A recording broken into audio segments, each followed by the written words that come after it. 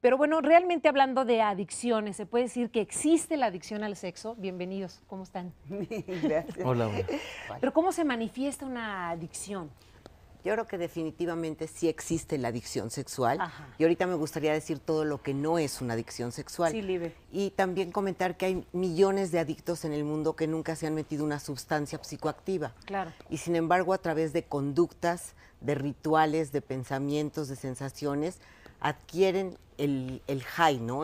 La sensación que necesitan para medicar sus emociones. Una adicción sirve muchas veces como para poder tolerar muchas cosas de la vida cotidiana y rutinaria que se salen de control. Es una forma de como tratar de... Es chistoso porque es pérdida de control total para tratar de controlar las emociones que les son desagradables. Ahora, ¿qué no es una adicción sexual? No tiene que ver con el número de parejas sexuales, no tiene que ver con la orientación sexual, no tiene que ver con las modificaciones de diversidad sexual. Si entre personas adultas hay el consenso, pueden estar dos o más personas en la práctica que más les satisfaga. Esto no es adicción sexual, no es el tener una o muchas veces al día relaciones sexuales, si así la persona tiene la capacidad y la libido. No se trata de qué barbaridad, cómo eres adicto sexual porque te masturbaste, no, ni porque tuviste 2 relaciones al día o 3, tampoco. Una cosa es decir, disfruto delicioso y tengo una pareja y tengo otra y puedo tener 2 veces al día o 3 relaciones sexuales.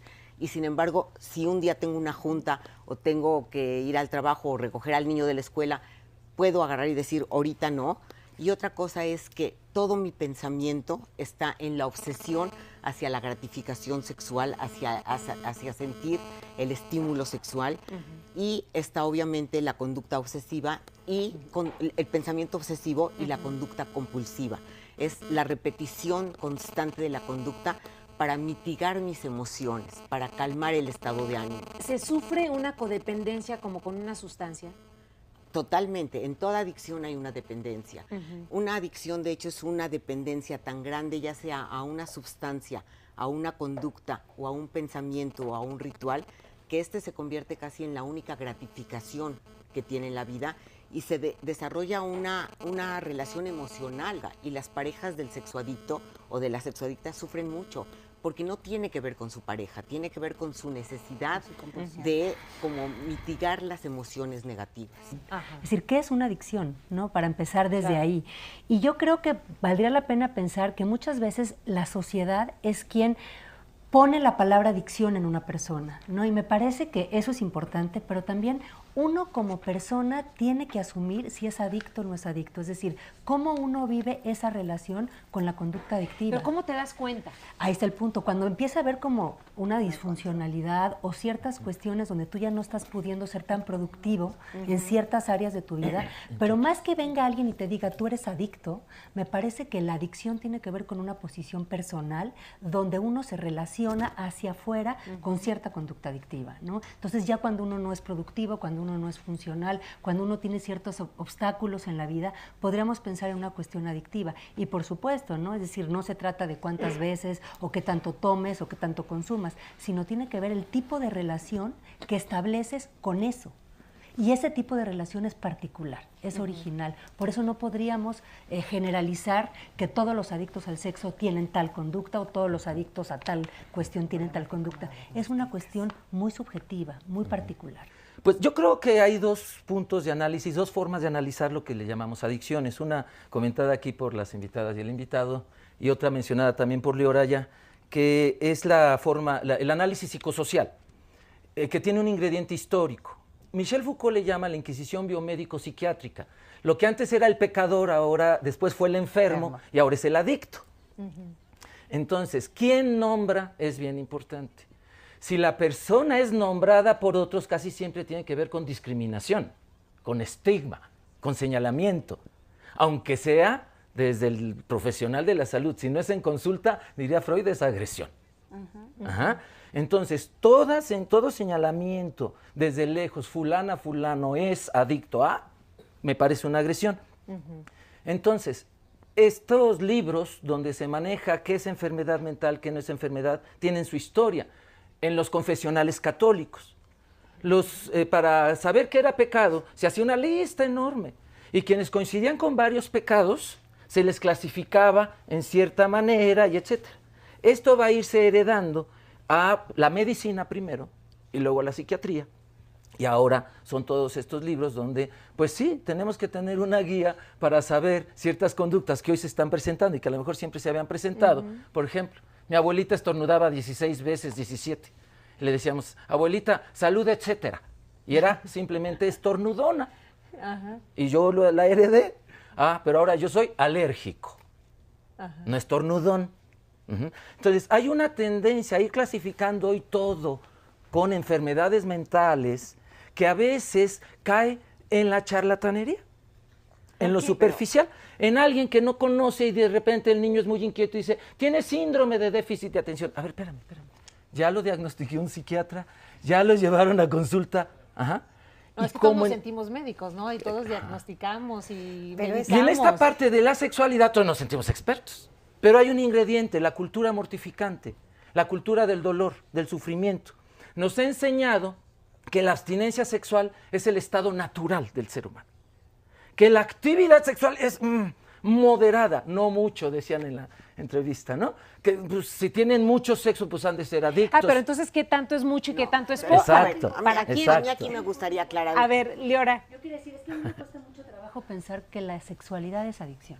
O sea, me cuesta mucho trabajo pensar en eso de principio. Porque, ¿cómo podemos pensar en una enfermedad si la sexualidad es constitutiva del ser humano? Es constitutiva. Entonces, habría que pensar qué es sexualidad primero, qué es adicción y qué es enfermedad, por supuesto. Ahora, Entonces, esto es importante. También defino para mí lo que es adicción, que yo sí creo que exista. Tengo mi formación también en clínica y me parece que sí hay personas que tienen ciertos síntomas que también presenta quien tenga adicción, no solo a sustancias, sino a la religión, por ejemplo. Rompen familias, dejan su trabajo, empiezan con una autoestima tremendamente baja, etcétera. Yo creo que hay elementos que podríamos ir definiendo. Pero para mí cualquier adicción es aquella conducta que yo hago para evitar el dolor. Entonces, para evitar el dolor. ¿Cuándo yo le llamaría adicción? Cuando lleva a un desequilibrio y a un autodaño. Si la sexualidad está sucediendo así, me parece que podría ser catalogado como adicción. Pero me parece que es muy fácil que las personas se sientan adictas solo porque tienen más sexo que antes. O porque traen una cultura... O porque piensan todo el día en sexo, las 24 horas del día. A lo mejor, pero a lo mejor no lo hace ni una. Entonces, que esa adicción no tiene que ver, bien lo había dicho Libe, ¿no? Que no necesariamente es tener mucho sexo, no necesariamente es pensar mucho en sexo. Tiene ciertos parámetros que, pues, que si hay consenso, creo que era el autodaño, dejar las responsabilidades, como no, cualquier otra cosa, que me impide un equilibrio. Ahora, en la sexualidad es muy fácil ser etiquetado. Me decían, ¿quién es promiscuo? Definición promiscuo. Pues quien tiene más relaciones sexuales que yo, ¿no? Además, envidiosamente lo digo, ¿no? Entonces, casi siempre se puede calificar a alguien como adicto sexual simplemente porque se salga de los parámetros del ritmo sexual que otras personas o que ella misma tenía antes de encontrar esa pareja. Mira, aquí nos comenta Estrada en una llamada, a todos nos gusta el sexo, pero se debe disfrutar de pies a cabeza y mi sexualidad me la hacen sentir y yo hago sentir la sexualidad de mi pareja. El sexo es parte de nuestra vida, ya sea de novios, amantes o esposos. ¿A quien no le gusta el sexo? Hay que ponerle límite al deseo.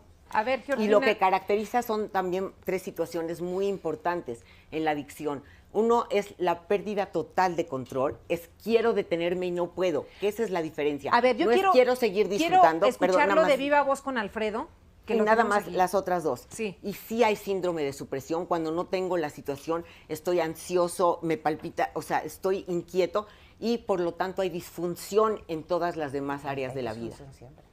A ver, bueno, antes de ir con Alfredo, Georgina. Sí, hay neurotransmisores que están identificados. La serotonina, que es un modulador de la conducta sexual, y la dopamina, que tiene que ver con el sistema de recompensa y de alguna forma es lo que nos permite poner en marcha una serie de estructuras cerebrales para alcanzar lo que queremos. Esto sí está comprobado, incluso hay terapias que se basan más que en el marco psicológico, es una terapia solamente medicada. Bioquímica completamente, incluso con... se prueban medicamentos que se sabe que disminuyen el deseo sexual y se les están dando a estas personas. ¿Por qué? Porque es muy complicado, es muy complejo y no, la ciencia médica no ha entendido todavía cuál es la mejor y la más oportuna forma de abordarlo. Pero es una conducta, fíjate, que puramente humana. Cuando yo decía que hay personas adictas a la culpa, creo que hay gente que, así como dice el título de aquel libro, La enfermedad como camino, hay gente que ha decidido la depresión o la culpa como forma de vida. Y si la sexualidad es algo que nos da mucha culpa por la cultura, entonces van a buscar elementos, eventos que sí les den mucho placer o gratificación, pero que les den mucha culpa después para seguir adictos a la culpa. Entonces yo creo que este término de adicción a la sexualidad puede esconder detrás la adicción a sufrir. En sexología, en los esquemas de la respuesta sexual humana, tenemos disfunciones en cada etapa. Entonces está la excitación, la meseta, el orgasmo. En la resolución, que es después del orgasmo hasta que yo vuelva a tener un deseo sexual, en la resolución, después viene una etapa, ¿no? Si hay culpa, le llamamos una disfunción sexual en la etapa de la resolución. Cuando la gente echa a perder el placer que vivió con culpa, yo me pregunto si es adicto exactamente a ese placer o al sufrimiento que viene después. Juan Carlos, quiero comentar algo que es importante. A ver, aquí se ha hablado de culpa, se ha hablado de infidelidad, de cuestiones morales, de sufrimiento, de dolor. O sea, todo eso es evidente que está en una conducta adictiva, por supuesto que está. Pero me parece también que han hablado de una cuestión de compulsión o de una cuestión obsesiva con relación específicamente al sexo. A mí me parece que hay un intento en la sexualidad, vamos a pensar adictiva, yo lo pongo entre comillas, un intento de satisfacción justamente fallido. Es decir, intento repetidas veces tener una satisfacción absoluta, entre comillas, para ver si realmente lo logro. Pero como no lo logro, porque nadie lo puede lograr una satisfacción absoluta, intento de nuevo. Entonces me parece que no se llega a la satisfacción, pero que imaginariamente uno quisiera llegar a la satisfacción que nunca es cumplida. Entonces, el obsesivo, cualquier conducta obsesiva, es ese intento fallido de una satisfacción que evidentemente no la podemos tener, pero que pretendemos tenerla. Entonces, ¿cuál es el punto? El punto precisamente es que la conducta repetitiva, que es fallida, es un llamado a una satisfacción que evidentemente nunca, por eso se sufre. Por eso se sufre, evidentemente. Entonces, me parece que podríamos ahí pensar, más allá de estas palabras que son reales, culpa, infidelidad, moral, pensarlo ahí, ¿no? Pensarlo ahí, porque claro, todos nos gusta el sexo, pero la cuestión es, ¿qué es la satisfacción? ¿Se logrará? La adicción, otra vez entre comillas, que yo siempre la subrayo, no necesariamente es el ejercicio del sexo, sino también esta cuestión virtual. Es decir, que pueda yo, a través de la palabra y de la imagen, poder coquetear o poder inducir, ¿no? Una cuestión. Y otra vez recalco la satisfacción, no solamente es en el acto sexual, sino el tener el deseo todo el tiempo fuertísimo, y el punto es hasta dónde voy a poder tener un límite. Claro. Entonces, en este caso, yo lo que quiero pensar es que a lo mejor hay tal apego y hay tal dependencia o codependencia que se siente amarrada, que no hay una separación sana para poder pensar qué es lo que le pasa a uno y al otro y poder hablar. Me parece que la palabra es fundamental. Cada adicción tiene una subcultura diferente. ¿Y qué quiere decir? Que yo me puedo hacer obsesiva y compulsiva hacia diferentes cosas. Por eso empecé diciendo que hay muchos adictos en el mundo que nunca en su vida se han metido una sustancia y que a lo mejor encuentran nurturing, esta nutrición y esta forma de manejar sus estados de ánimo que no les son agradables a través del juego, a través de la comida, a través del internet, a través del trabajo, a través de muchas otras cosas. Es ¿qué estoy haciendo para evitar enfrentarme a mi realidad, para no poder soportar mi sensación de vacío, de tristeza, de angustia, de ansiedad? Y muchas veces lo que hay que hacer es poder soportar esos momentos que a todos nos pasan. Pero si yo no lo puedo soportar, hay esta parte donde inmediatamente necesito la paletita que me calme y que me deje de asustar lo que estoy sintiendo. porque ahí sí hemos calificado a sentimientos como positivos, qué bonito te ríes, la alegría, el amor, y a sentimientos negativos, qué barbaridad, tienes miedo, qué barbaridad, estás triste, cuando en realidad todos son sentimientos naturales en el ser humano. A ver, importante para subrayar. Creo que aquí estamos hablando de muchas cosas, pero sobre todo es cuando una persona tiene una relación tan cerrada o tan directa a alguna conducta, pensamos el sexo, ¿ok? Lo que nos está poniendo en cuestión, ¿qué está pasando con las otras relaciones de su vida? Sí, por supuesto. Creo que se nos está olvidando, no estamos enfocados precisamente a ver qué está pasando ahí, pero eso nos está diciendo de algo importante con sus relaciones de trabajo, de familia, de pareja, de amistad. Algo nos tiene que ver, algo nos está subrayando ahí. Y creo que hay que voltear a eso. Si algo le está pasando a esa persona, ¿no? Con relación a sus relaciones.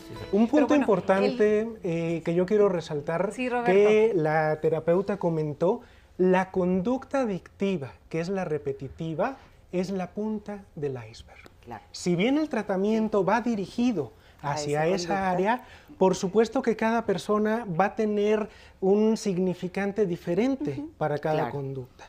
Algunos problemas de relación, de autoestima, autoconcepto, es decir, es muy versátil. El hecho de que nosotros hablemos de una conducta adictiva no es restringir, ni poner una categoría con estigma, sino para identificar y tener una aproximación de tratamiento. Las habilidades o no tantas habilidades de la persona que le toque trabajar marcará la diferencia. Tenemos pacientes que no duermen por estar en el internet, en páginas de pornografía. Pacientes que no duermen porque de igual manera están hablando a servicios de sexo en línea y el recibo telefónico pues ni les cuento. De igual manera también pacientes que tienen una actividad de masturbación que inclusive llegan a tal grado de la pérdida del control que se pueden masturbar en la casa. Me refiero en la sala a un costado de la familia. A ese grado puede llegar. Pacientes que tienen problemas en el trabajo y que son condicionados a recibir tratamiento porque en horas laborales están haciendo uso del material pornográfico en los celulares, en el internet, etcétera, hasta la propia masturbación en el lugar de trabajo. Entonces, yo creo que es importante, por lo menos, referirnos a la problemática. No hablamos de una sexualidad normal. Esto es normal, hablamos de la problemática y cuando la persona reconoce una problemática en este sentido, no tiene tanta dificultad para decir, pues yo no sé si sea normal o no, pero a mí me está generando problemas en el trabajo o de igual manera en otra área. Hay ciertas conductas y esta compulsión, falta de control sobre la vida sexual hace pensar que es una adicción.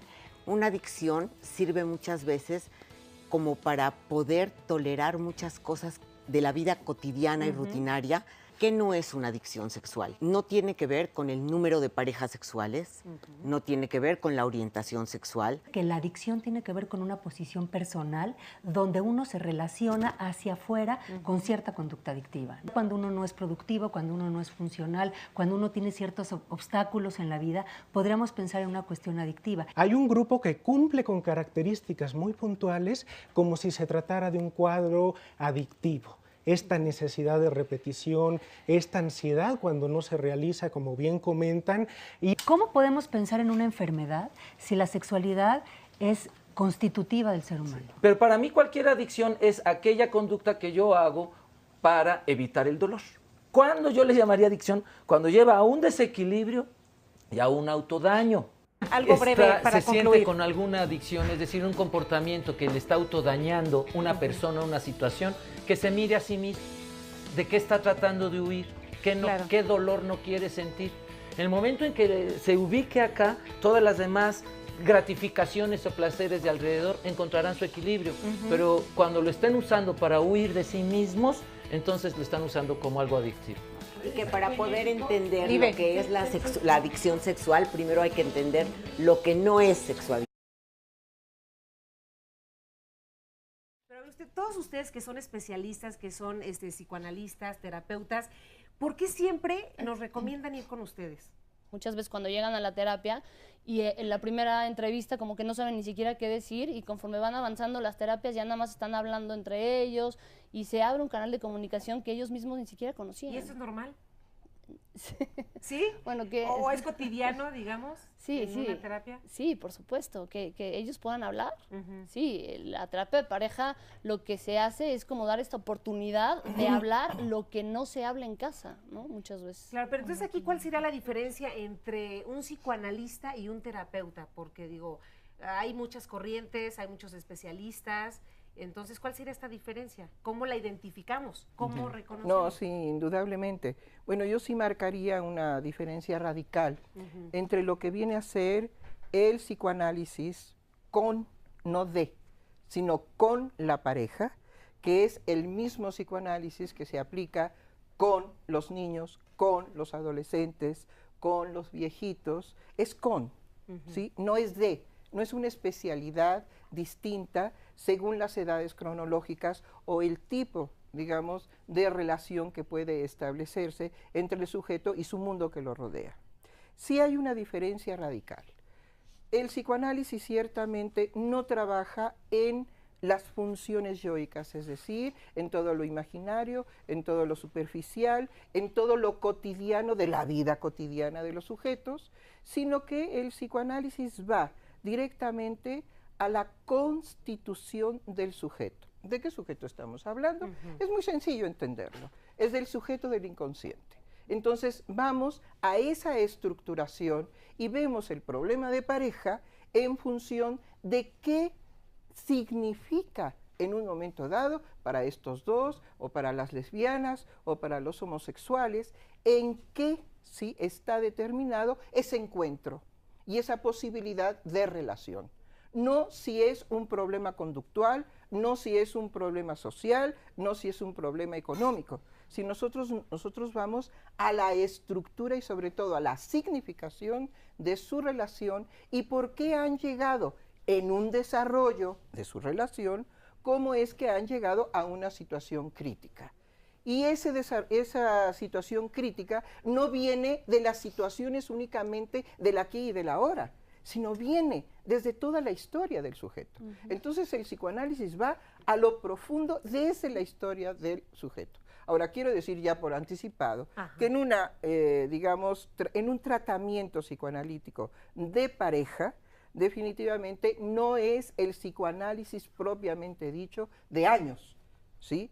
Y si el sujeto ha transcurrido años para ser un síntoma, bueno, no querramos que el hombre moderno en 15, 20 o 10 sesiones resuelva una problemática tan seria, tan profunda, tan trascendente, y hay que darle su importancia de tiempo cronológico. Pero entonces, ¿cómo le hacemos para reconocer una crisis en la pareja? Sí, mira, yo creo que, Carmen, desafortunadamente cuando la pareja llega a consulta, en la mayoría de los casos es porque ya llegó al tope, ¿sí? Al límite. Y yo creo que es muy importante, y por eso me parece tan atinado este tema que hoy estamos tratando, porque me parece que es importante ubicar la terapia como algo preventivo también, ¿sí? Es decir, cuando estás planeando vivir en pareja. Exactamente, o incluso simplemente tratar de revisar nuestra historia de vida para saber de qué manera yo me voy conociendo, porque finalmente mi mundo se va a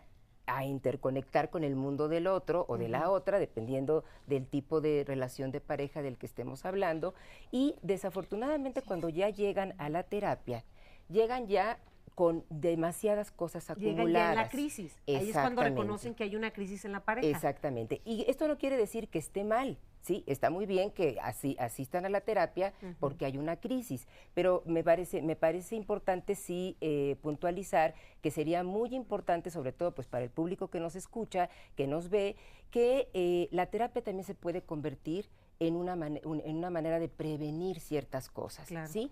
Y de irnos conociendo, porque como bien dices tú, cuando estamos pensando en irnos a vivir con la pareja, o deja irnos a vivir, simplemente relacionarnos con el novio, con la novia, ¿sí? Y entonces a lo mejor yo no estoy viviendo con esa persona, pero yo ya estoy en una relación de pareja. Entonces, a mí me parece muy importante que en el momento en el que yo como persona no me estoy sintiendo a gusto por algún motivo, en ese momento para mí tiene que ser una señal de tener que asistir a una terapia, ¿sí? Que esperemos que la pareja, porque yo creo que ese es otro punto, ¿sí? Esté de acuerdo en asistir a la terapia. Claro, porque tenemos al rato testimonios donde nos dicen que la pareja pues no estaba muy de acuerdo, entonces ahí pues veremos si funciona o no funciona. Porque cuando dices, bueno, y si la otra persona, si mi pareja no quiere ir conmigo, ¿qué hago para convencer a mi pareja de asistir a terapia? Es necesario... Hay varias opciones. Sí, de hecho, fíjate que aquí también Dalia Santiago coincide, dice, actualmente me encuentro en una etapa de depresión y mi pareja no me apoya, ¿cómo puedo hacer para recibir su apoyo e ir a terapia juntos? Claro. Que son muchas de las preguntas de esta mañana. Hay varias opciones a ese respecto y también dependiendo del tipo de terapia. Hay casos que por alguna razón no funciona el ultimátum o no hay un ultimátum lo suficientemente fuerte para convencer a la pareja a ir a terapia. ¿Por qué no está queriendo ir la otra persona? Es uno o de sea, los puntos a trabajar, realmente sí. hay una cuestión de que quieren hacer pareja o el otro ya de plano no, porque si no quiere asistir es por algo. Ahora, con lo que estabas comentando, Carmen, de si nos dicen la verdad o la mentira los pacientes, nosotros trabajamos con su palabra, con lo que ellos nos digan. No vamos a indagar si es verdad o mentira en el ámbito fáctico, porque es su realidad psíquica. Entonces, como lo están diciendo, es como nosotros tenemos que trabajar con ellos, ¿no? Y por ahí dice, claro, y por ahí decía un psicoanalista, aquí hay que ser genuinos con nosotros mismos, ¿no? Entonces, con lo que nos están diciendo, si la pareja no quiere venir, no va a hablar. Como los adolescentes que los mandan sus mamás y llega el chavito y dice, pues sáqueme las palabras como pueda, yo no voy a decir nada, ¿no? Entonces ahí hay que respetar la individualidad de cada quien y trabajar de forma individual la pareja, ¿no? Y si se van a separar, bueno, entonces también trabajar esa separación. Perdón, nada más retomar un comentario con respecto a lo que decías, Bernardo, de que hay que poner en ocasiones un ultimátum. Desde luego, bueno, cada pareja lo decidirá, pero Oli Maldonado nos dice, pues sí es una opción sin duda la terapia. En mi caso, mi pareja se negó y terminamos en el divorcio. O sea, supongo que esta es una precisamente situación donde hay un ultimátum donde dices, no quieres continuar o no quieres progresar o tener un adelanto en pareja, bueno, pues hasta aquí.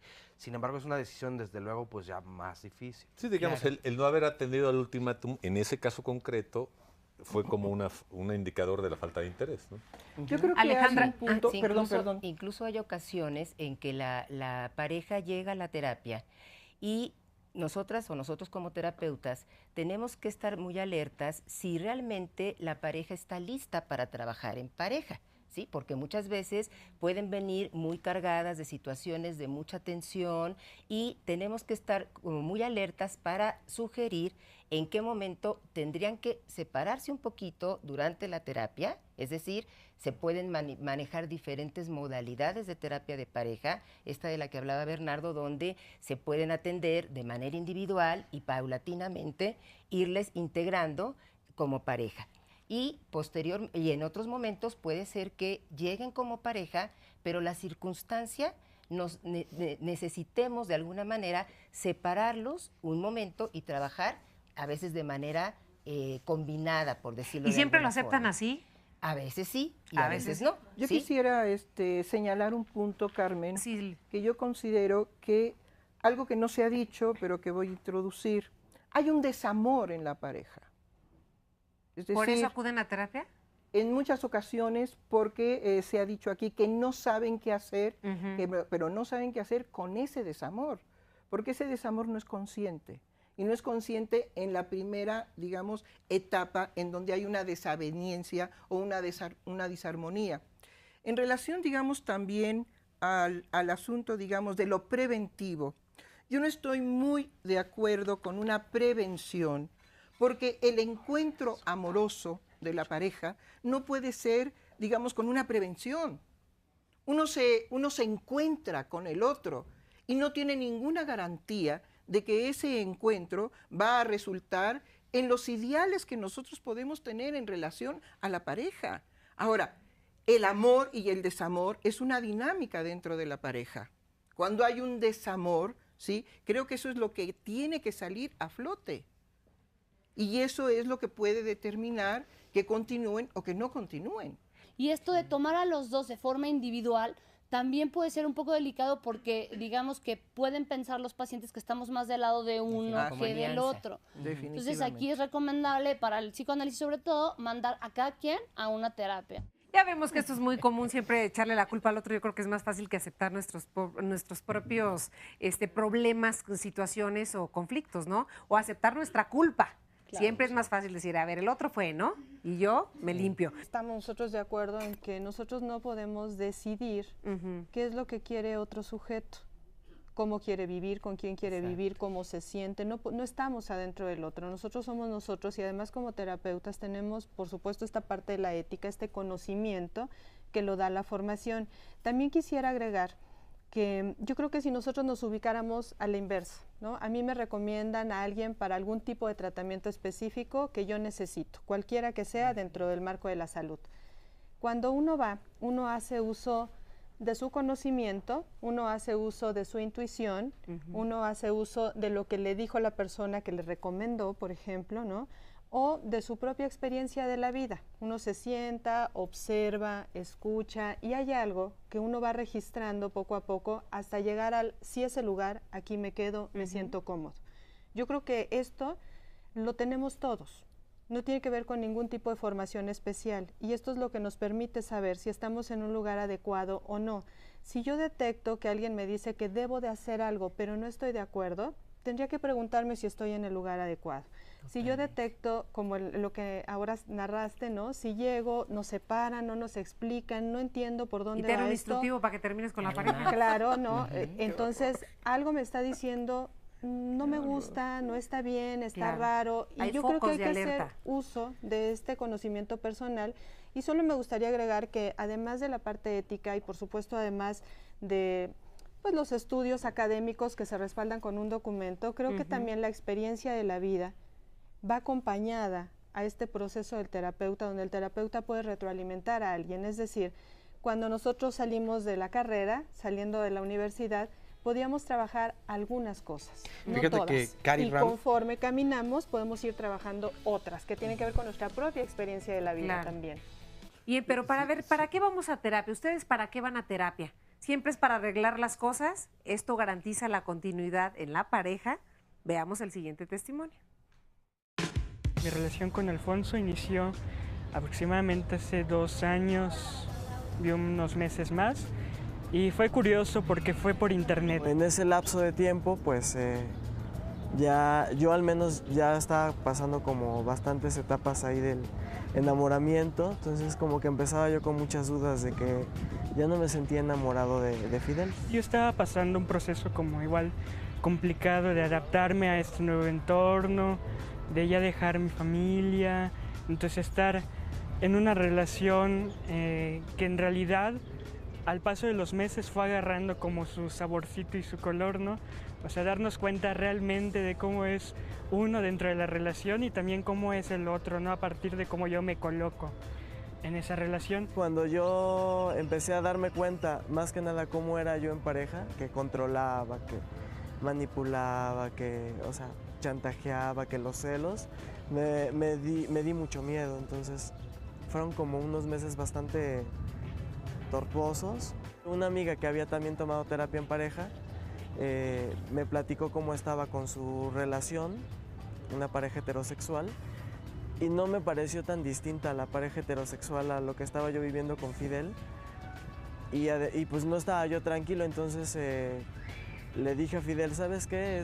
Ya después de tantos problemas que teníamos, le dije, si quieres que sigamos juntos, tenemos que tomar terapia de pareja. Sí había este miedo de decir, bueno, si ya voy a tomar terapia es para saber si voy a seguir o hasta acá va a llegar la relación, ¿no? Pero para poder concluir de la mejor manera la relación, entonces sí daba como cierto temor también el tomarlo, pero pues ya yo creo que llegó un tope en el que ya dijimos pues ya hasta acá, ¿no? Ya necesitamos la ayuda de alguien para reestructurarnos.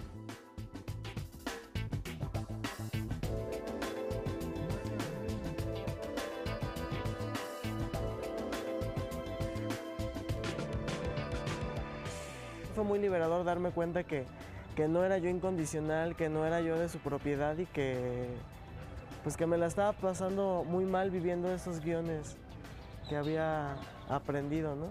Y además es un constante actualizar, o sea, no es, pues ya fuimos a terapia, ya nos dimos cuenta, estamos bien, no, o sea, seguimos teniendo conflictos, problemas, pero ya sabemos arreglarlos, sabemos cómo distanciarnos, respetar nuestros espacios y regresar cuando es pertinente regresar, ¿no? Y sí decir que pues no hay un guión para el amor, no hay un guión para amar, o sea, no hay como la pareja ideal, sino que hay más bien estos acuerdos y esta comunicación que puede facilitar las cosas, ¿no?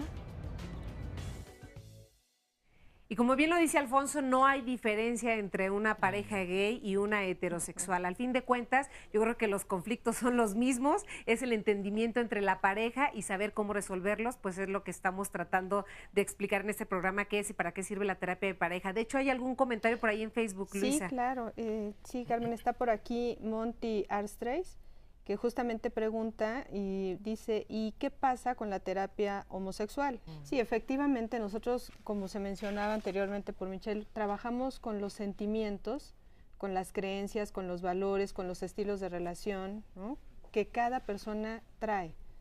Y esto no está centrado exclusivamente en ver terapias de pareja homosexuales y diferenciarlas de terapias de pareja heterosexuales, ¿no? La terapia es la terapia de pareja, vista la pareja como una unidad, en donde hay dos personas queriendo convivir, cohabitar, entenderse. De la mejor manera. Claro, y que esto puede implicar, por supuesto, y debe implicar las diferencias, porque justamente son dos sujetos que traen sus creencias, sus valores, sus estilos, desde una unidad familiar. Entonces, con esta historia se llega a tratar de compartir con el otro, y las diferencias son parte de la construcción. Yo creo que algo importante en nuestro contexto es que pareciera que en algunos de los casos o en muchos de los casos la formación familiar se da para matrimoniarse, no para conformar una pareja. Es decir, nos educan para casarnos o para matrimoniarnos dentro de nuestro contexto y que, bueno, no es ni bueno ni malo cómo va evolucionando la sociedad, pero que también hay una diferencia en educar para conformar una pareja, para crear, para construir una pareja, y eso es en el día a día. Y además el otro o la otra,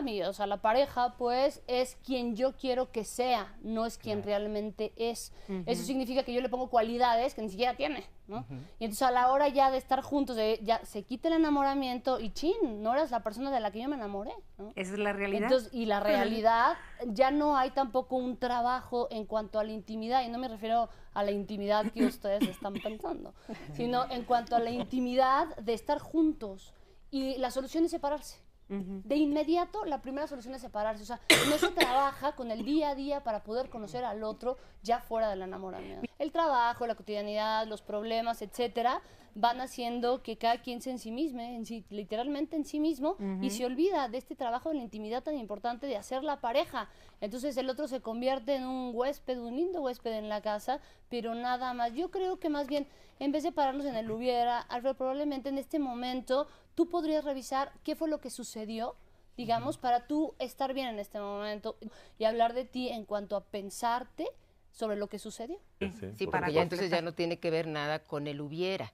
¿Sí? Y a mí me gustaría retomar algo que también mencionó Alfredo, que decía él, que si hubiera ido a terapia, quizás nuestra relación se hubiera salvado. Y yo creo que este punto es muy importante porque muchas veces cuando se acerca la pareja a terapia, muchas veces está esperando que él o la terapeuta salve su matrimonio.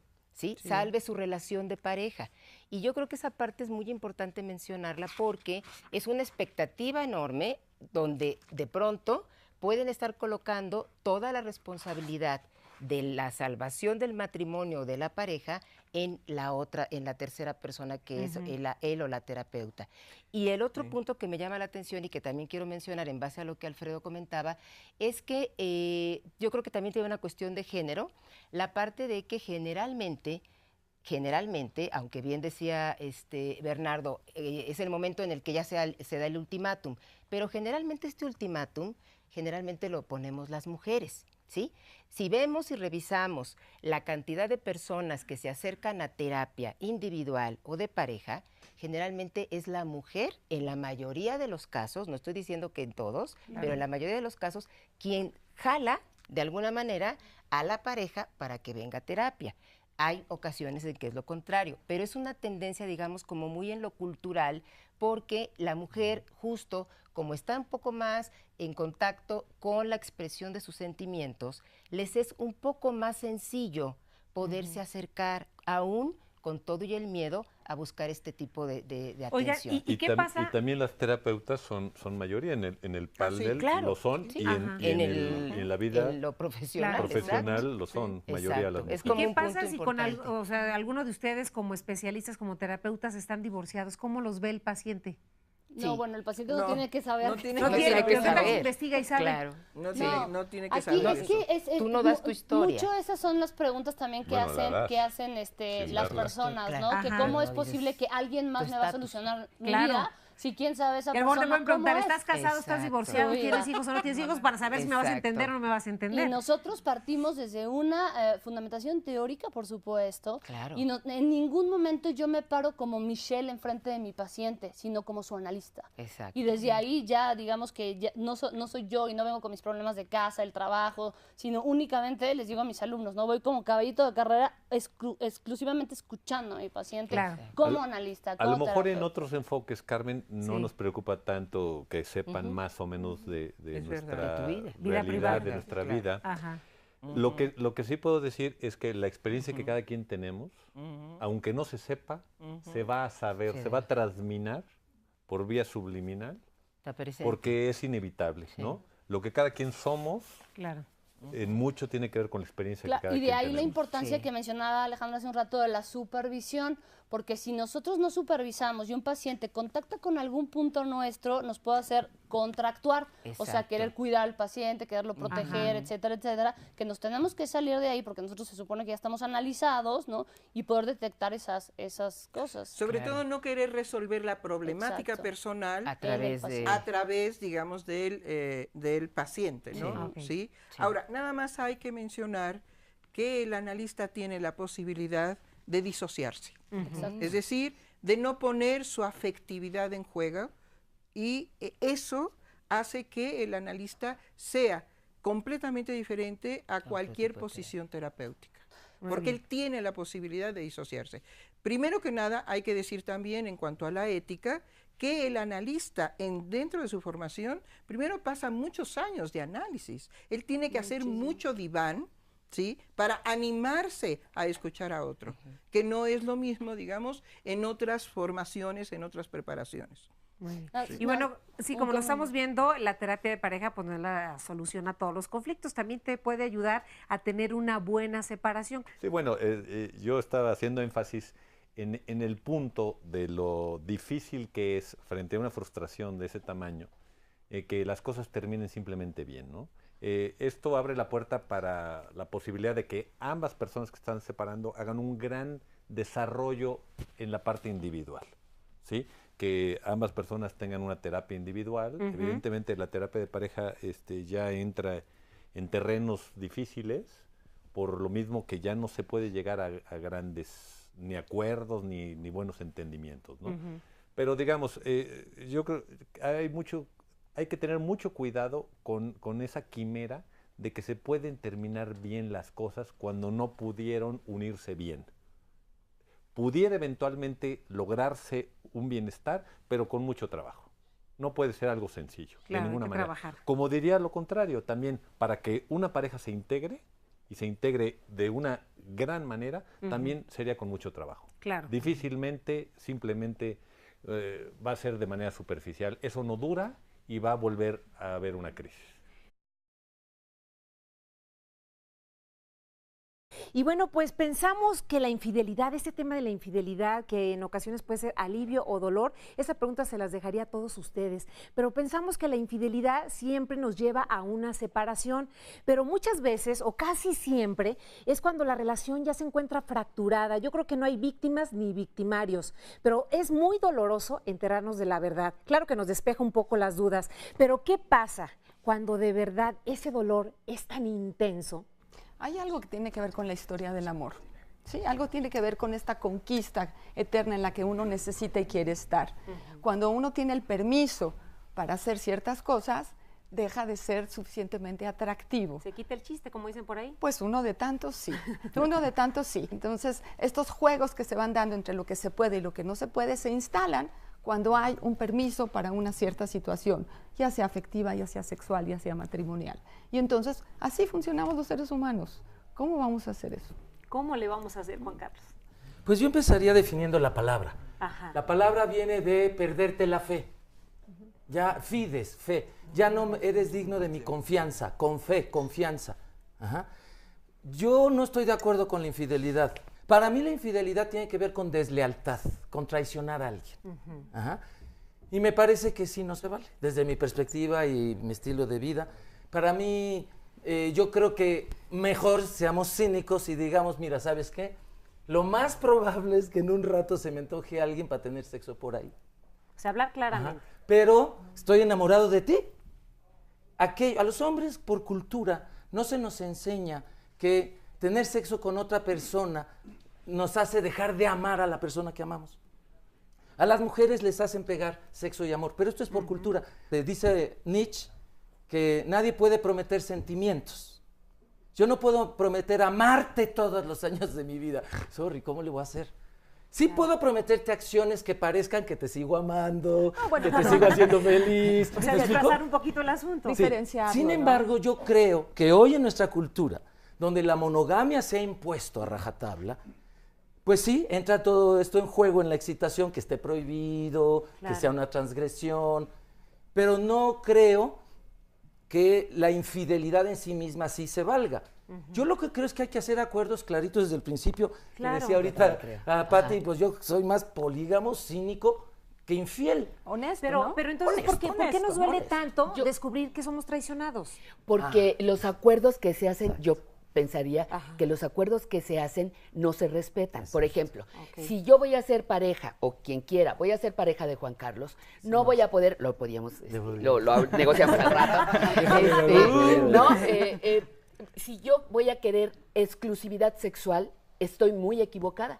Porque él me dice abiertamente que me quiere, que me ama, pero que no hay exclusividad sexual. Claro. Pero a lo mejor me vinculo con otra persona que me dice, yo sí quiero todo contigo, la sexualidad. Yo creo que son también etapas de las personas. Y si hay fallas, en cuando alguien dice, órale, va todo contigo, con tu sexualidad, sí hay infidelidad, sí hay deslealtad. Claro. Pero si acordaste que se valía una cana al aire de cada quien y sucede, no hay infidelidad. Pero yo también creo que no hay infidelidad, de acuerdo, pero hay etapas. Yo que quiero a los 25 años, yo que quiero a los 40 años, ahora que tenemos una familia ya formada, tenemos hijos, ¿qué queremos? Se vale renovar, porque además uno se queda con el convenio y el acuerdo de cuando tenías 20 años. Y ya pasaron otros 20 y tienes 40. Pero fíjate, entonces, como por etapas. ¿Cómo ven? ¿Las causas justifican una infidelidad? ¿Las qué? No. ¿Las causas? No, yo creo que es multifactorial, como alguien también dijo. Son muchos los factores que influyen en que alguien le guste a otra persona, tenga relaciones sexuales fuera de lo que se acordó. Ajá. Pero un elemento cultural que tiene mucho que ver es no hablar del tema. Es decir, ¿qué va a ser infidelidad? ¿Que yo vaya al cine con otra persona sin ti? ¿O que yo vaya a salir a tomar una copa de noche y a bailar sin ti? Claro. ¿O un beso? Olfaje, ¿no? Ah, me fuiste infiel, no, vieja, nada más la fajé. No, es que para mí eso es infiel. No, para mí es todo. Y luego esta otra idea del amor eterno. Eso. De que la pareja es eterna, de que es una sola, que es otra imposición también con muchas inquisiciones, una sola pareja, una sola vez, el mito que está atrás, ser exclusivo, el mito de que te vas a guardar para un solo hombre que todavía sigue existiendo en muchas personas. Entonces eso también hay que revisarlo porque en la vida seguramente tendremos muchos amores en diferentes etapas. Oigan, ¿y podemos perder la cabeza ante un descubrimiento como este, como una infidelidad? ¿Y por qué sucedería esto? Y hoy en día tenemos como un programa como este que yo agradezco, en donde podamos abrir temas tan complicados, tan secretos, tan de tabú, tan de... Yo tengo un libro que dice infidelidad y cuando se lo doy a las personas lo guardan y me dicen, no me lo voy a llevar, ponlo adentro de un periódico porque no me lo puedo llevar, porque ¿cómo me van a decir que traigo un libro que dice infidelidad? Claro. Sí, no, simplemente porque nos atrevemos a ventilar el tema, nos genera un montonal de situaciones conflictivas que van a tener como un trasfondo de contraste con lo que tenemos en la cultura. Estamos traicionando a la cultura cuando nos atrevemos a pensar o a generar una infidelidad.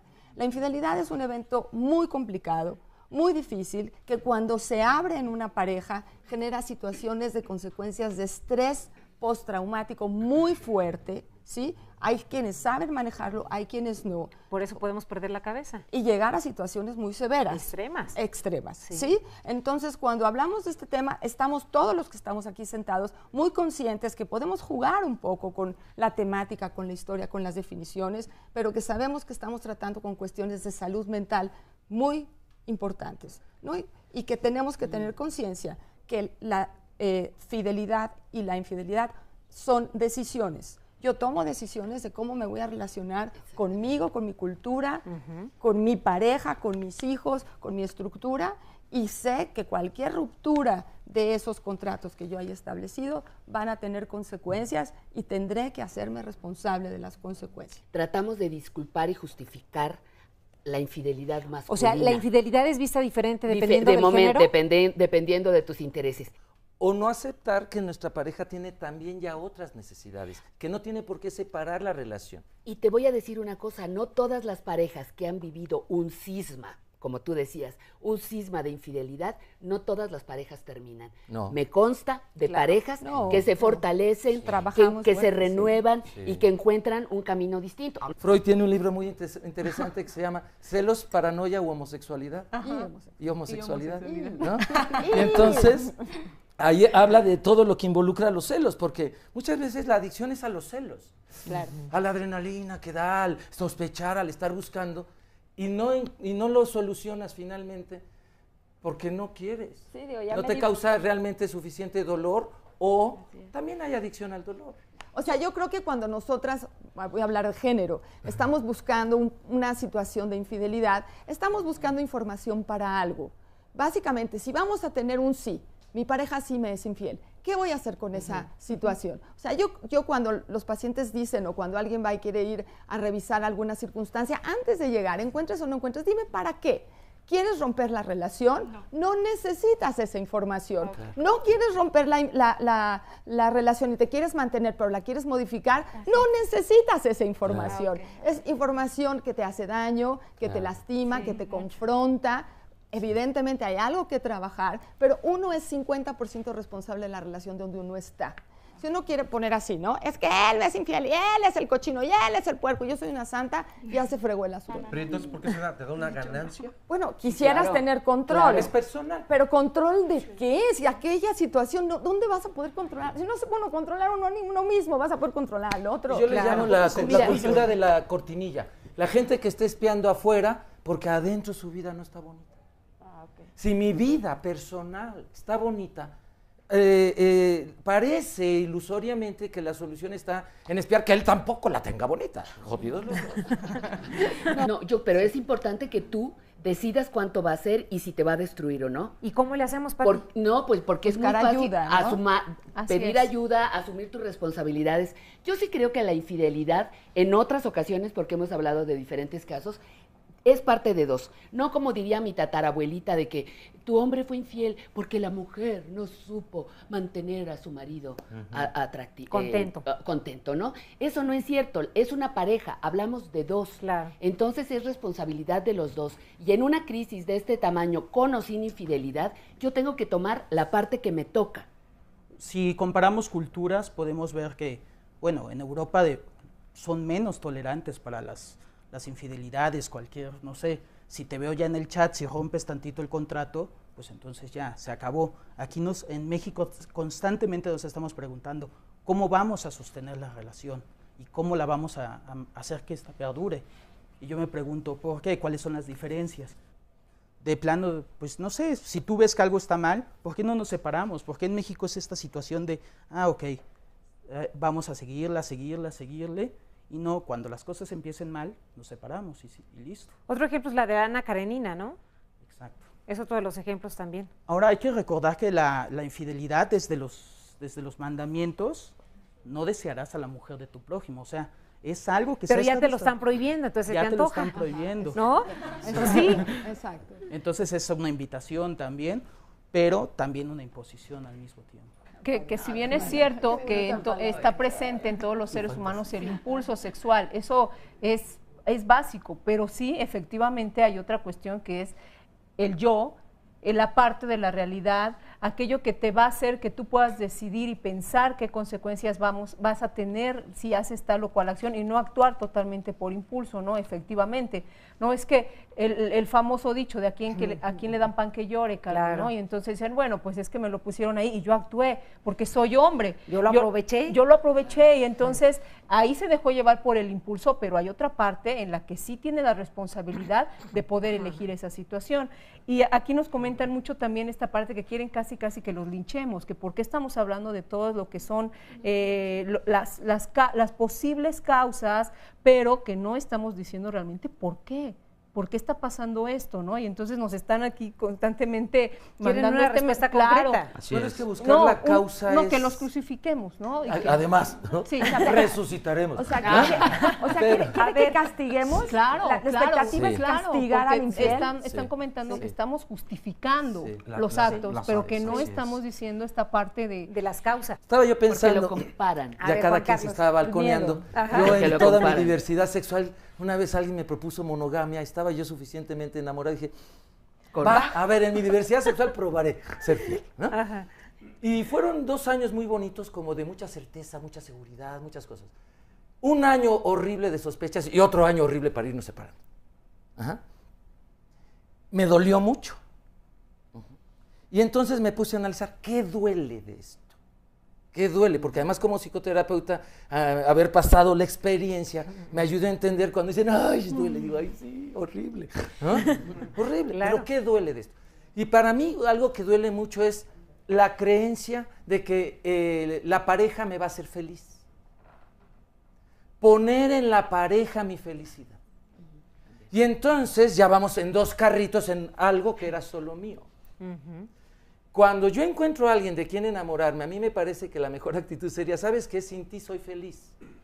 Y seguiría siendo feliz sin ti. Pero la vida tendría un bomboncito bien bonito si tú me acompañaras, ¿no? Si fuéramos juntos. Pero si te vas, a lo mejor lloro, pataleo, araño las paredes, pero volveré a ser feliz. Mi felicidad es mi responsabilidad. Algo que duele mucho es dejarle mi felicidad al otro, porque el otro está buscando la suya solo. Esta situación en donde primero llegar a acuerdos qué se vale y qué no se vale, y después cómo se usa la información que se tiene del chat. Porque puede haber una pareja que esté de acuerdo, pero que se enseñen lo que se dicen con las otras personas o no se enseñen, o hay parejas que no tienen ninguna otra circunstancia, pero esconden el teléfono y usan el teléfono para provocar circunstancias en la pareja. Tienen actitudes sospechosas. Se vuelve el tercero. El teléfono es el amante, el tercero, el trabajo es aquel otro que quita la atención, ¿no? El otro está viendo fútbol, no está haciendo nada, pero de alguna forma está rompiendo esta cosa de intimidad que se había establecido entre la relación entre uno y otro, ¿no? Entonces, no es solo si es o no es una situación de infidelidad, cómo usamos el tercer artefacto metido en la relación. Sí, porque yo creo que se ha vuelto muy fácil, ¿no? Entrar a una red social y tener contacto con los exnovios, con las exnovias, con amigos, con desconocidos, con amantes y demás. Pero yo quiero saber la opinión de los chavos, porque sé que ustedes están metidísimos en esto de las redes sociales y me interesaría escucharlos. Levante la mano. A ver, ¿quién tiene alguna relación por red social? Ahora resulta que nadie. Son unos santos estos muchachitos. A ver, Kevin. Bueno, pues yo creo que... ¿Hacen un lugarcito por aquí? Claro. Gracias. Esto de la infidelidad en las redes sociales, pues es un problema. ¿Por qué? Ya que, pues, por ejemplo, si tú ingresas a una red social, vamos a poner como ejemplo en este caso Facebook, ingresa a la cuenta de tu pareja y que quieres publicar algo, deslizas el dedo y de repente ves una publicación de un hombre o una mujer, cual sea tu caso, muy, muy cariñosa. y pues no sé, lo primero que puedes imaginarte es, ¿me engañó o no me engañó? ¿Qué es lo que está haciendo? Entonces, al saber o no saber si lo está haciendo, pues depende de cada persona o depende de la relación que se esté estableciendo y del límite que él en la persona crea que es un acto de infidelidad. Entonces, ¿Tú crees que sí es infidelidad si te engañan por medio de la red? Pues en mi opinión sí. Sí, en tu opinión sí, Kevin. Porque pues bueno, pues para mí es una falla en nuestro compromiso que tenemos. Puede que no lo tengas muy claro. Puede que haya una amiga o un amigo que le esté comentando y tú estés pensando las peores cosas y porque no lo hablas, no lo comentas. Entonces, bueno, dicen que ahora la causa de los divorcios es Facebook. Porque, oye, ¿por qué te puso me gusta esa mujer? Oye, ¿por qué te comenta? Oye, ¿quién es esa que te dijo que te ves muy guapo en tu foto? Entonces, pues no sé, ni siquiera la conozco, es gente que se mete y opina y eso causa problemas. Entonces, antes de que tomen esas decisiones de no, tú me eres completamente infiel y seguramente tienes conversaciones, pues yo les diría que lo hablen primero. Es que a muchos les parece que es como abrir una puerta, ¿no? O sea, abrir esa puertita para que entonces suceda lo demás, pero... Puede suceder en el trabajo, puede suceder en el parque, lado. Puede suceder sin sexo, puedo enamorarme de alguien conversando bien bonito. Es decir, ¿pero se queda en fantasía o realmente es un yo creo que entonces hay que hablar de la fantasía y de la realidad. ¿Permito a mi pareja fantasear o no? Eso es me diferente. Permito yo fantasear. Uno de los acuerdos que se tienen que hablar en las parejas, oye, ¿se van a valer las fantasías? Si yo estoy contigo, ¿puedo estar fantaseando en otro, en otra? ¿Sí o no? O eso ya es infidelidad. Es decir, en el momento en que vamos haciendo los acuerdos, qué sí es y qué no es, qué me lastimaría que tú hicieras, y si lo hago por internet o lo hago en el parque, es de todas maneras. ¿Será cierto que la infidelidad, pues, nunca va a terminar, pero solo es una forma de encontrarnos? Bueno, si el registro de las parejas para poder estar juntas tiene que ver con el matrimonio y tiene que ver con la monogamia, pues ya tenemos un conflicto importante actual. Ya estamos en la sensibilidad de la expresión cultural de que hay un malestar importante en relación con este asunto de la monogamia, ¿no?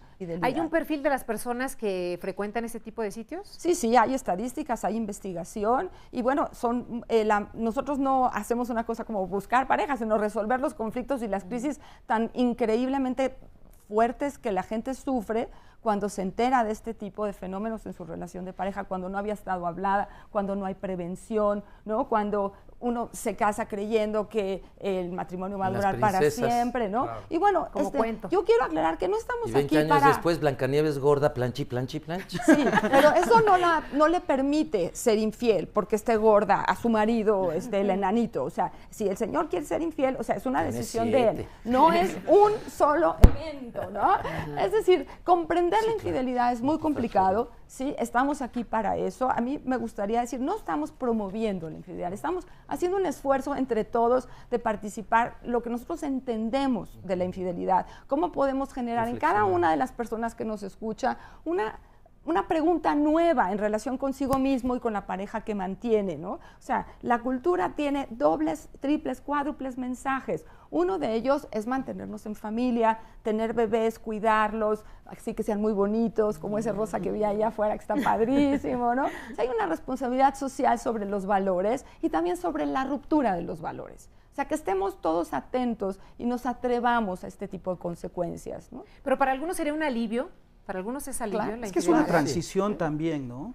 O sea, también tenemos que contemplar que la infidelidad es una transición, ya que romper con la pareja no es sencillo, se va haciendo gradualmente. Una persona empieza a buscar en chat, ¿por qué? ¿Para qué?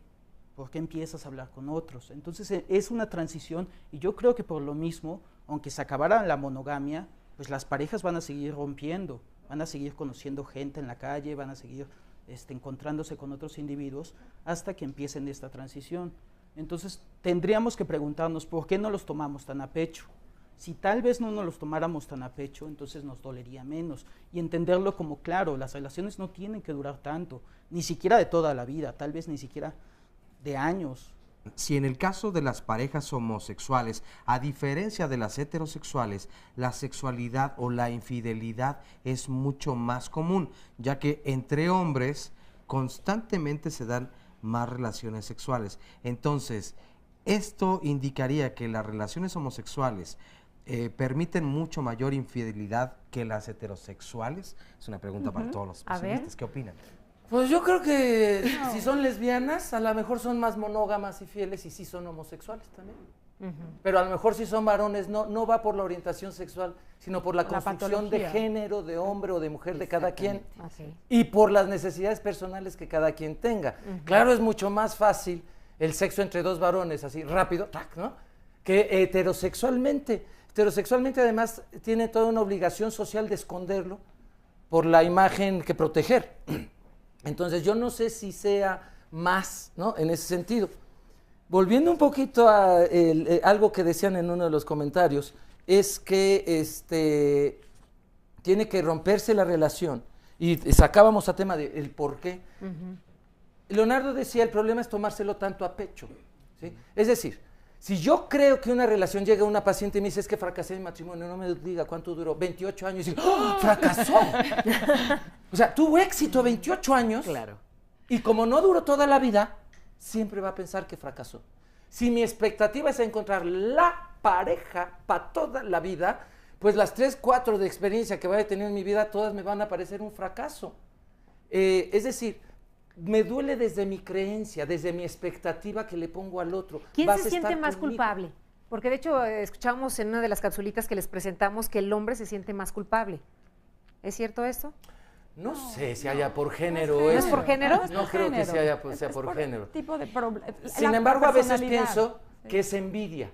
Lo que duele es que yo no lo he hecho, ¿no? La palabra en inglés es la misma ¿En serio? En español, envidia y celos, jealousy. Ajá. Y entonces mucha gente que dice tener celos, en realidad es, ¡uy! ¿Por qué yo sí me aguanté?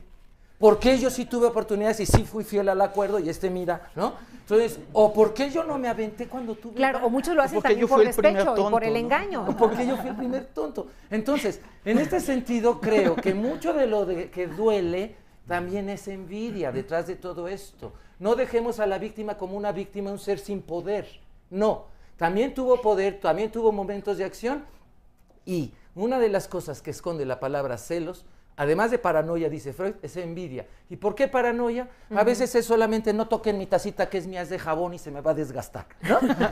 Esos son celos.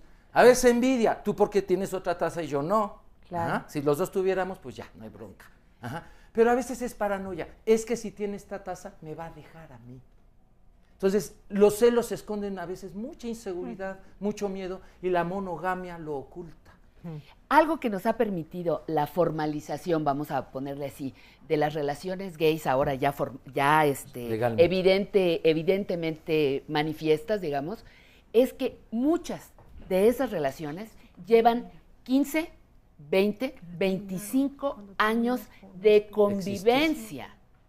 Y puede ser que algunos hayan tenido infidelidades, no lo sé, pero siguen con la pareja desde hace 25 años. Hay unos que acaban de yo conozco parejas así que tienen 24 años. Y sería muy interesante que con esa, de los que no somos infieles, creemos que ellos sí son infieles, preguntáramos cuál es el éxito de esas parejas que durante tantos años fueron satanizadas, de las que se piensa que en automático son infieles, porque siempre se decía, los homosexuales son promiscuos. Claro. Hace algunos años todavía se decía. Pues, ¿qué van a hacer ahora con las parejas que han salido y que tienen 24, 50, no sé, con muchísimos años, y que a lo mejor dentro de su gran éxito está haber negociado la infidelidad? Sería interesante conocerlo. Los hombres nos enseñan que la función sexual, el éxito sexual de ambos es nuestra responsabilidad. El hombre es responsable de que ella tenga un orgasmo y yo también del mío, ¿no? Claro. Y entonces es muy fácil que el hombre se sienta menospreciado desde por apariencia, edad, erección, capacidad de erección, capacidad de veces de hacerlo. Y entonces por ahí se juzga su hombría.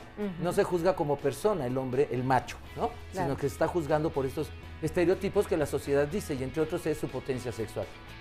Son más sensibles al reconocimiento los hombres que las mujeres. O sea, los hombres en sí, cuando están recibiendo este tipo de noticias, son muy heridos en su amor propio, ¿no? Lo que hay que hacer es trabajar mucho esta parte de su reconstrucción, en su imagen personal. Si continuamos contigo, Ruth, vamos a hacer una pequeña pausa hablando de infidelidad. La pregunta aquí es, ¿perdonar o no perdonar una infidelidad?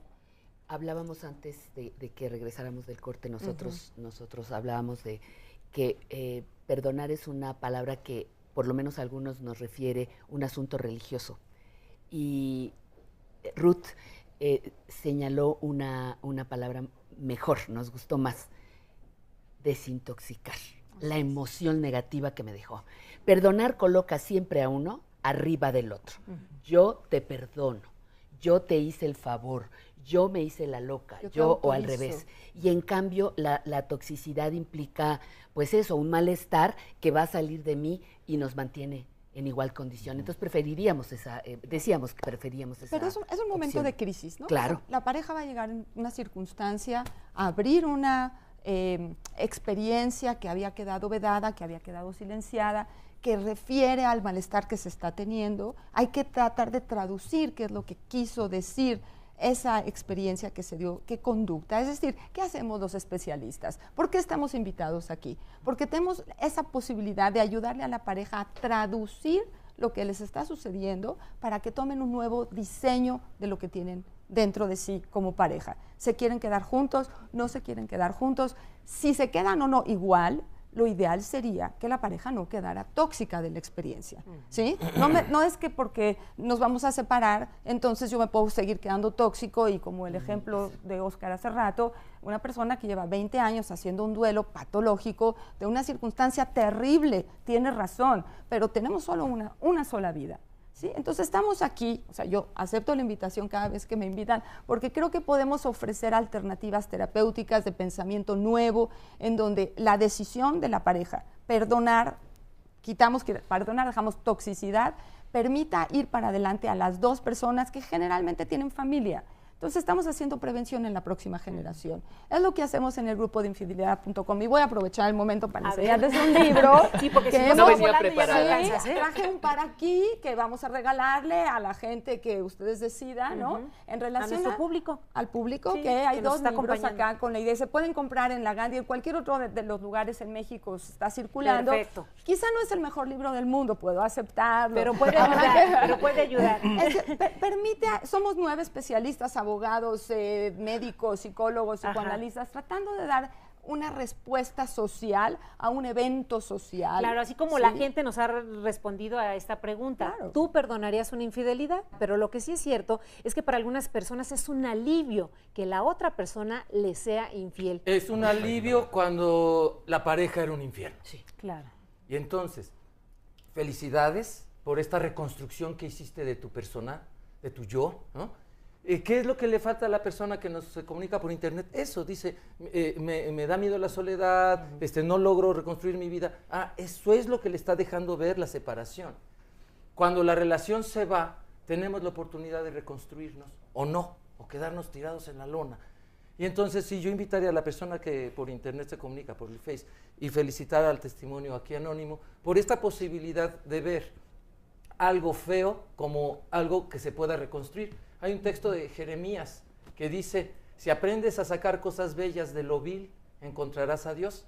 Y yo diría, te encontrarás a ti misma, porque ese es el Dios que tú llevas dentro, y eso es lo que a ti te hacía falta encontrar en esa relación. Había una prisión, y tú te encontraste en la libertad. A ver, Leonardo. Yo quisiera comentarles, bueno, también hablamos de la infidelidad y no nos preguntamos cómo podemos evitarla. O sea, también decimos, bueno, está el infiel, pero no una persona cómo puede, qué recursos tiene para alejarse de la infidelidad. Tenemos la psicoterapia, las recomendaciones, los libros que aquí mismo nos recomiendan. Yo les digo, bueno, está la literatura, es un medio en el que podemos sublimar nuestras fantasías. Si nosotros leemos, si nosotros escribimos también, ustedes pueden tal vez disminuir este deseo. Yo quería comentar también esta parte que se ha visto durante todo el programa, de sentirnos un poco como en la idea de encontrar a tu media naranja, ¿no? Que el otro siempre debe de ser una parte tuya. Y entonces encontramos esta parte en donde no somos llenados, hay un vacío, y entonces busco una carencia mía en otro. Y entonces empiezo a agarrar de los demás, pero en realidad eres tú, el vacío siempre va a estar en ti. Entonces muchas veces no dejamos a la pareja infiel porque decimos, bueno, entonces me voy a quedar solo, y entonces es esta soledad de la que están hablando, pero en realidad el vacío está en ti, y entonces es en lo que se tiene que trabajar, porque si no, evidentemente se va a repetir, Y este es un porque tema, no lo estás trabajando. Este es un tema en el cual el humor también juega muchas veces. Sí. Un comentario rapidísimo en Twitter dice Eric Limón, yo no soy infiel, solo no soy fiel. Ay, bueno,